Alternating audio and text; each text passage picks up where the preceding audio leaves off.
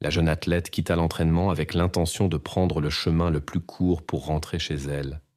La distance était courte, seulement quelques pâtés de maison. Mais le destin avait d'autres plans. Elle ne franchirait plus jamais le seuil de la maison de ses parents. Ce fut le début d'une série d'événements qui allaient bientôt attirer l'attention de tout le pays. Dès qu'il fut clair que la jeune femme avait disparu, les forces de l'ordre lancèrent immédiatement une opération de recherche. Personne ne pouvait alors imaginer que cette affaire deviendrait l'une des plus sensationnelles de l'histoire de l'Italie moderne. Chaque jour, l'enquête prenait de l'ampleur et attirait de plus en plus de personnes et de ressources. Le public suivait les nouvelles avec le souffle coupé, espérant une résolution rapide de la situation. Mais la réalité s'est avérée bien plus imprévisible et bouleversante que quiconque n'aurait pu l'imaginer. Le 21 mai 1997, Yara Gambirasio naquit dans la pittoresque petite ville italienne de Brembate di Sopra, non loin de Milan. Cette charmante localité d'un peu plus de 7000 habitants était connue pour sa vie tranquille, son architecture historique et ses beautés naturelles. La famille de Yara y était établie depuis de nombreuses générations. La jeune fille grandit entourée de parents aimants, d'une sœur aînée et de 2 frères cadets. Yara aimait sa ville natale de tout son cœur. Elle fréquentait l'école locale, où elle avait de nombreux amis, et se consacrait passionnément à la gymnastique. À quelques pas seulement de la maison de Yara se trouvait un grand complexe sportif qu'elle visitait presque chaque semaine. Le 26 novembre 2010, alors que Yara avait 13 ans, elle prévoyait de se rendre brièvement au gymnase pour rendre un magnétophone à son entraîneur. Vers 17h15, la jeune fille dit au revoir à sa famille et promit de revenir dans environ 1 heure. Les parents laissèrent leur fille partir seule sans inquiétude, malgré son jeune âge. Leur petite ville était considérée comme très sûre et la salle se trouvait à quelques minutes à pied. Cependant, ce soir-là, les parents commencèrent à s'inquiéter lorsque leur fille ne rentra pas à l'heure promise. Lorsque l'horloge indiqua 19h et que Yara n'était toujours pas rentrée, l'inquiétude s'intensifia. À 19h11, la mère tenta d'appeler la jeune fille, mais le téléphone était injoignable. Les parents inquiets se tournèrent immédiatement vers la police. Le signalement fut transféré au commissariat d'une plus grande ville, située à 11 km. L'enquêtrice expérimentée Letizia Ruggeri fut chargée de l'affaire Yara. Elle envoya immédiatement des officiers de police à Brembate di Sopra pour organiser les recherches et demanda le soutien de la police militaire. Après avoir parlé aux parents de la jeune fille, les enquêteurs se rendirent au gymnase pour reconstituer le déroulement des événements. L'entraîneur de Yara confirma que la jeune fille était arrivée vers 17h30. Ses amis ont également rapporté avoir vu Yara. Elles ont discuté. La jeune fille s'est un peu entraînée, puis a dit au revoir à tout le monde et est partie pour rentrer chez elle. La police a également découvert que Yara avait envoyé un message à une amie à 18h44.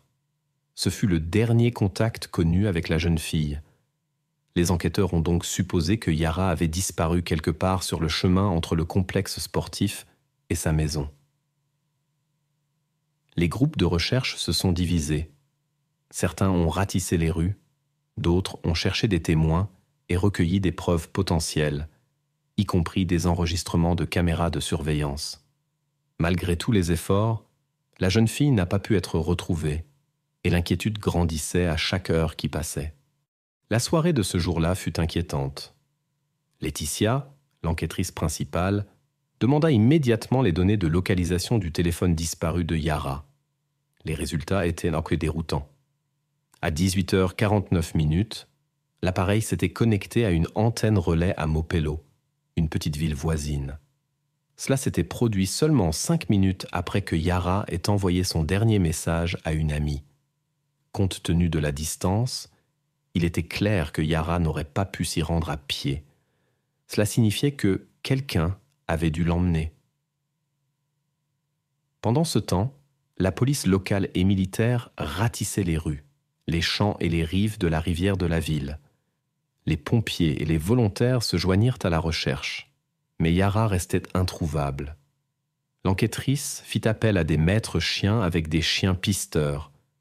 Les parents apportèrent les affaires de Yara et les policiers suivirent la piste.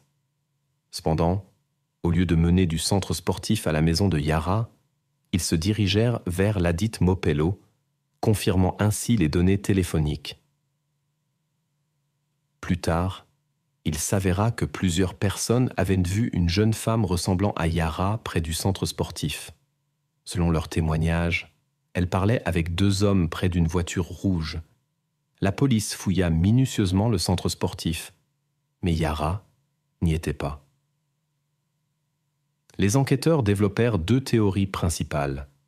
La théorie prioritaire était celle d'un enlèvement. La seconde supposait que Yara aurait pu quitter la maison de son propre gré. Cependant, cette théorie souleva des doutes. Dans son dernier message, Yara avait convenu d'un rendez-vous avec une amie pour le lendemain. Il semblait improbable qu'elle ait soudainement décidé de s'enfuir. Malgré les doutes, la police interrogea tous les proches de Yara. Rien ne fut trouvé qui aurait indiqué des problèmes dans la famille. Les traces de Yara se perdirent et l'enquête arriva dans une impasse. L'enquêtrice Laetitia décida d'élargir le cercle de surveillance. Elle initia la surveillance des lignes téléphoniques non seulement des membres de la famille, mais aussi de dizaines de personnes liées à Yara. De plus, elle fit un pas très audacieux. Elle demanda aux opérateurs de téléphonie mobile des données sur tous les téléphones présents à Mapelo le soir de la disparition de Yara. En supposant que quelque chose de mal s'était produit, l'appareil de l'auteur aurait dû se connecter aux antennes locales, bien qu'il serait extrêmement difficile de l'identifier parmi les nombreux autres. Les forces de l'ordre reçurent des informations sur 15 000 appareils mobiles présents dans la ville ce soir-là. En plus d'essayer d'enquêter sur chaque propriétaire, les enquêteurs formèrent un groupe spécial pour écouter des centaines de numéros qui semblaient suspects pour diverses raisons. Parallèlement, les recherches actives de Yara sur le terrain se poursuivirent, mais jour après jour, elles restaient sans résultat. Laetitia commença à douter de l'efficacité de cette approche, et son seul espoir restait dans les numéros de téléphone, dont l'un pourrait appartenir au responsable de la disparition. Quelques jours avant le début des écoutes, les employés examinèrent des milliers d'heures de conversations téléphoniques, mais toutes n'avaient rien à voir avec l'incident. La situation ne changea pas jusqu'à la fin novembre, lorsque l'un des spécialistes capta soudainement une phrase extrêmement suspecte. Un homme prononça des mots dans une conversation téléphonique qui semblait liée à l'affaire. L'identité du locuteur fut rapidement établie.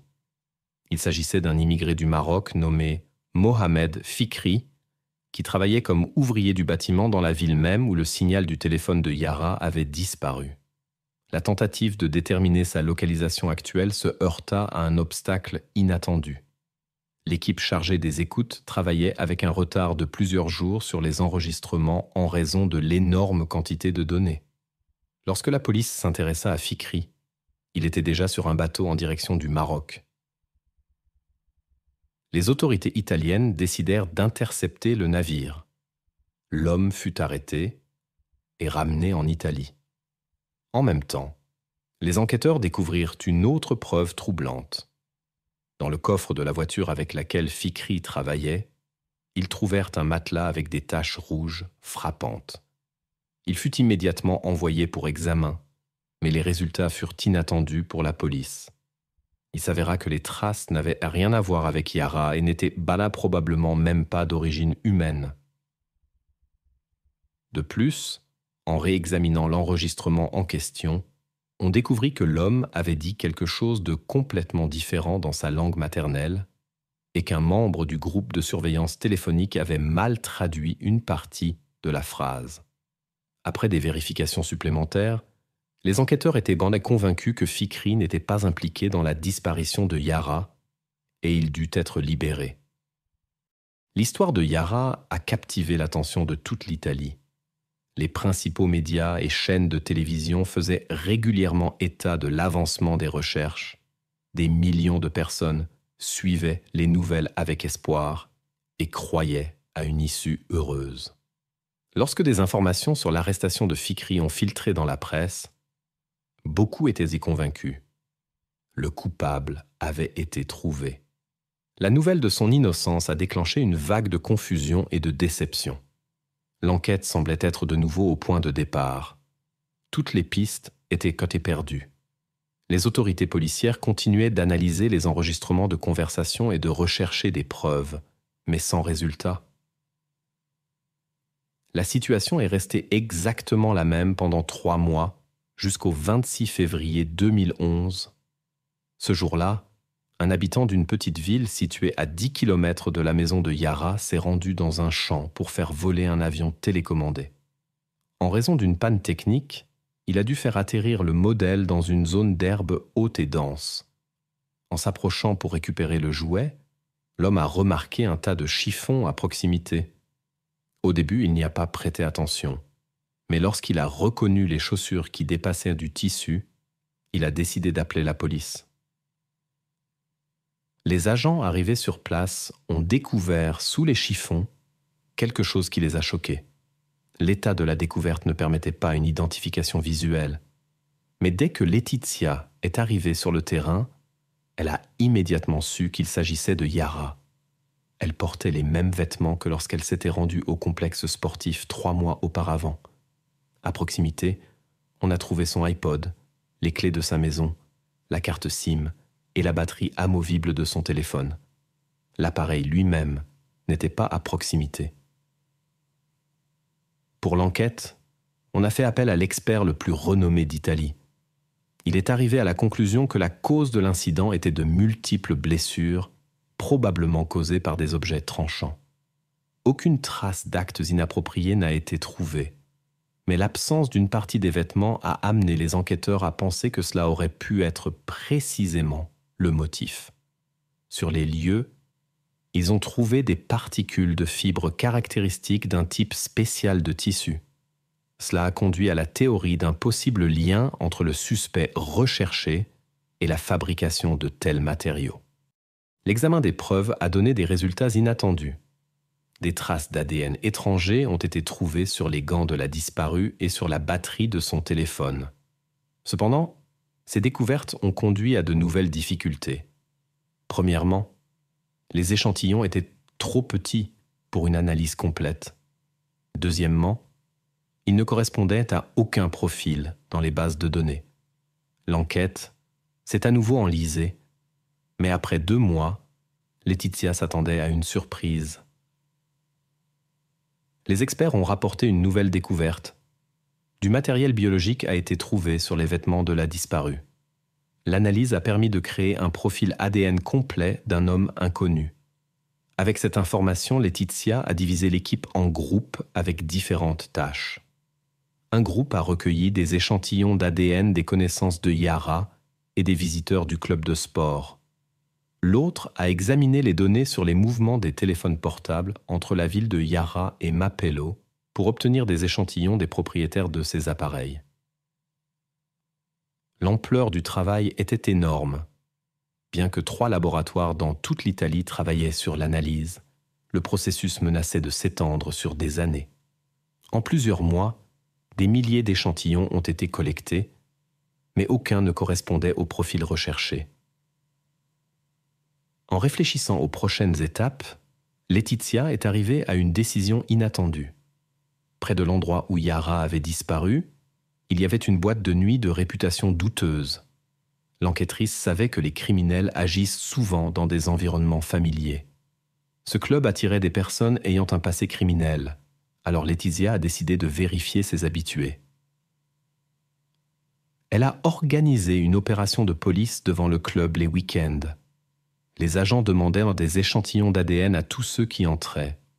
De plus, le club fonctionnait avec un système de cartes de membres. ce qui permettait d'accéder aux informations sur chaque visiteur.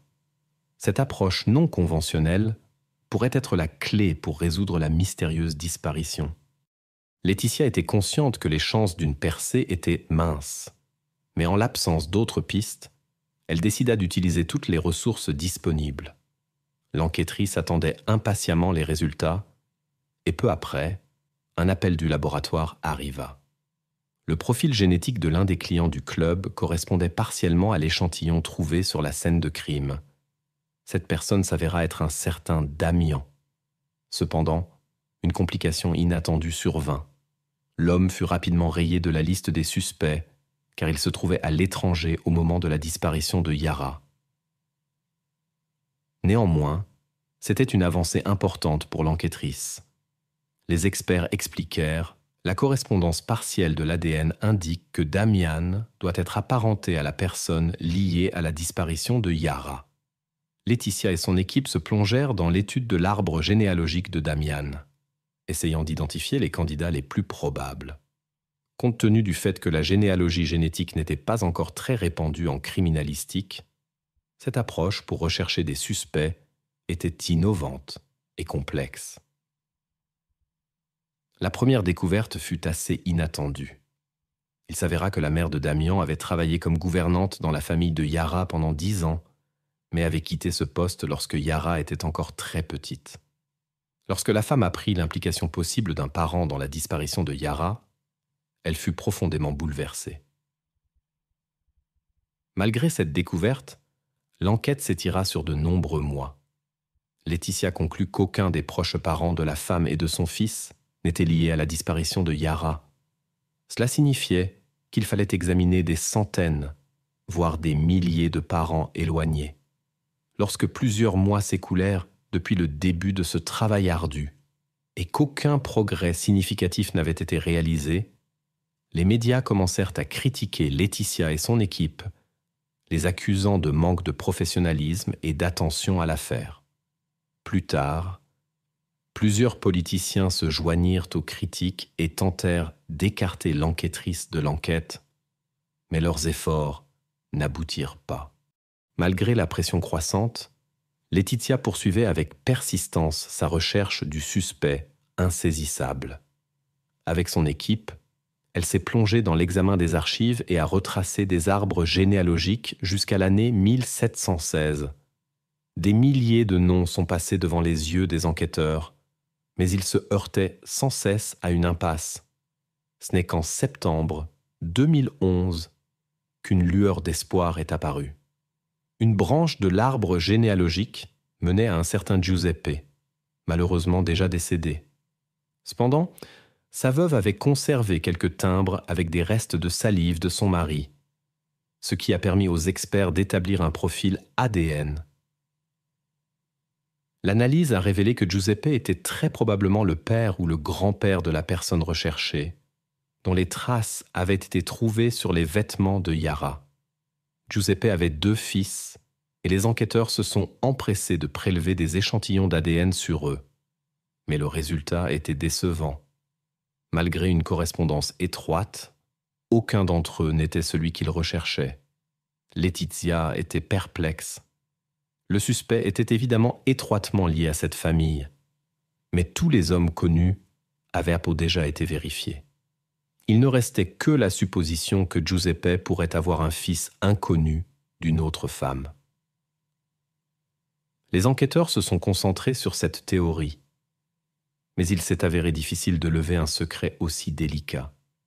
Ils ont interrogé des milliers de personnes qui avaient connu Giuseppe de son vivant, et après presque 1 an, ils ont reçu un indice fascinant. Il s'est avéré que depuis les années 60, Giuseppe visitait annuellement une station thermale dans une petite ville et y passait 2 semaines chaque mai, toujours sans sa femme et sa famille. Laetitia a demandé les archives des visiteurs de la station thermale de ces années-là. À sa surprise, les registres avaient été conservés et les enquêteurs se sont plongés dans leur étude. Ils ont dressé une liste de toutes les femmes qui s'y étaient retrouvées en même temps que Giuseppe. Ce processus s'est étendu sur toute une année, mais Laetitia n'arrivait tout simplement pas à trouver une trace de la possible maîtresse secrète de Giuseppe. Pendant ce temps, les journalistes ont eu vent de la direction de l'enquête, et l'histoire de l'enfant secret présumé a fait la une des nouvelles. Cela a suscité un intérêt sans précédent chez des centaines de milliers d'Italiens, ce que les représentants de la presse ont rapidement exploité. Ils ont commencé eux-mêmes à chercher des enfants issus de relations extraconjugales, et à leur étonnement, ils ont découvert de nombreuses histoires de ce genre. Les enquêtes n'ont pas progressé jusqu'en 2014, lorsque les enquêteurs ont enfin réalisé une percée. Malgré de nombreux indices du public concernant une possible petite amie de Giuseppe, il n'y avait pas eu de progrès. Cependant, en été, tout a changé. Des informations sont arrivées concernant un possible lien entre l'homme et une certaine Esther Erzoufi. En vérifiant les archives, les enquêteurs ont découvert avec surprise qu'ils avaient déjà prélevé un échantillon d'ADN de cette femme 2 ans auparavant. À l'époque, le résultat n'avait montré aucune parenté avec le matériel génétique trouvé sur la scène de crime. Néanmoins, Laetitia a insisté pour une nouvelle analyse. De manière inattendue, il s'est avéré qu'une erreur avait été commise lors du premier examen. L'expert avait confondu les échantillons et comparé l'ADN d'Esther avec le mauvais. La nouvelle vérification a produit un résultat sensationnel. Esther s'est révélée être la mère de celui que les autorités recherchaient. Après cette confirmation tant attendue, Laetitia a découvert qu'Esther avait des jumeaux, un garçon et une fille.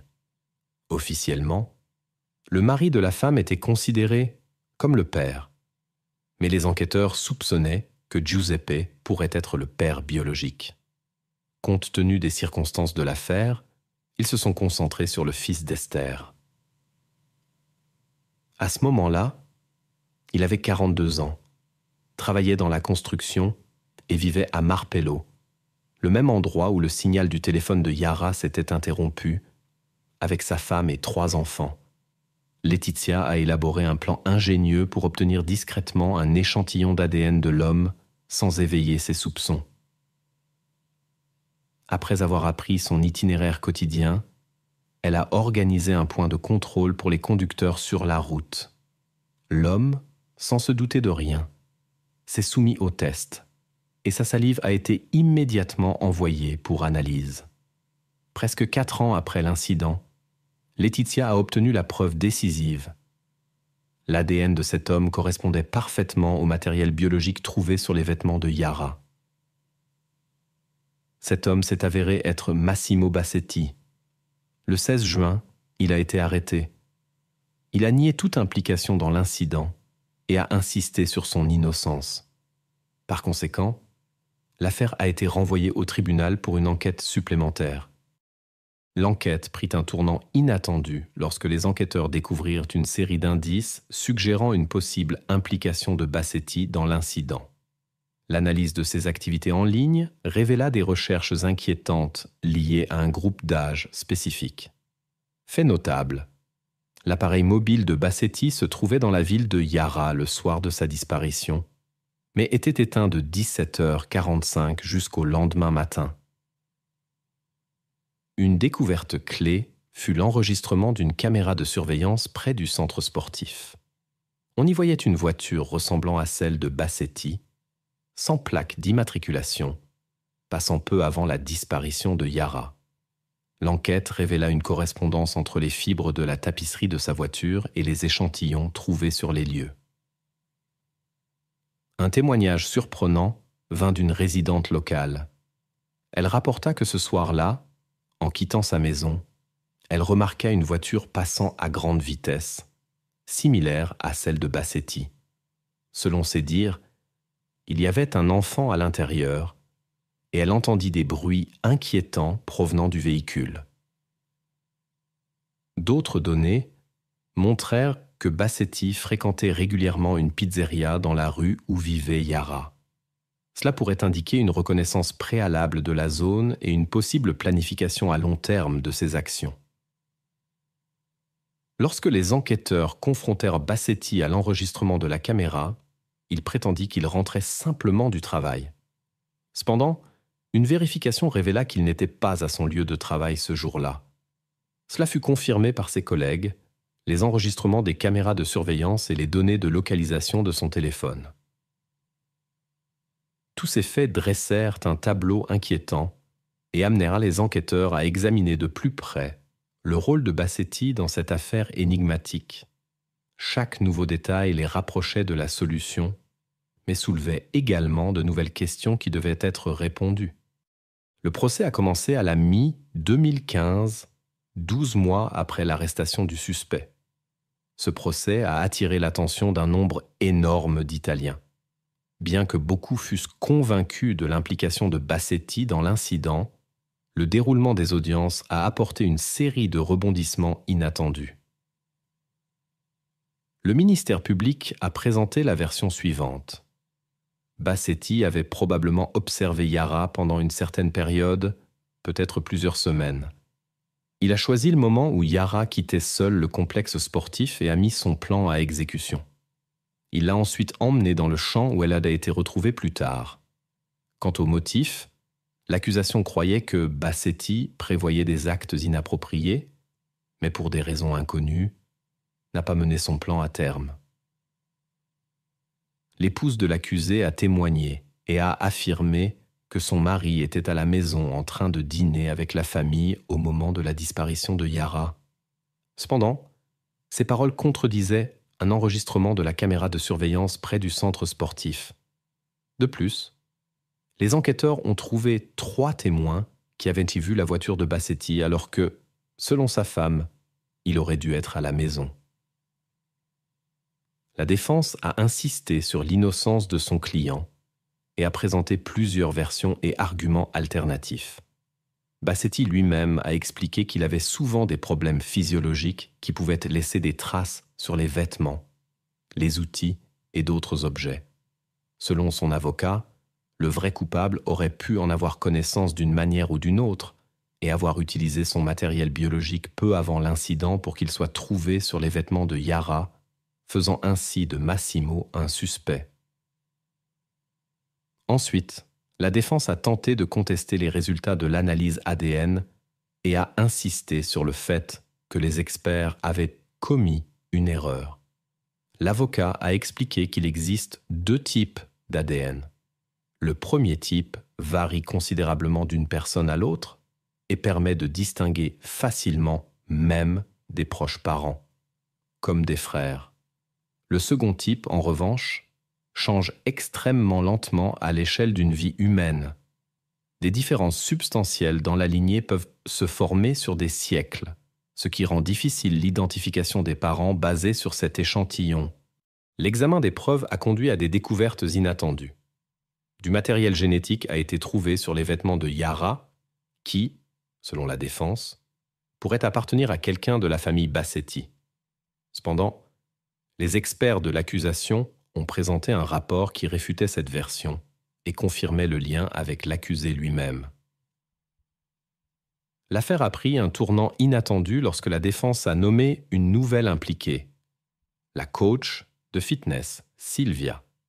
Des traces pouvant être attribuées à cette jeune femme ont été trouvées sur la manche du haut de Yara. Le père de Silvia a rapporté le comportement étrange de sa fille la nuit de la disparition de Yara.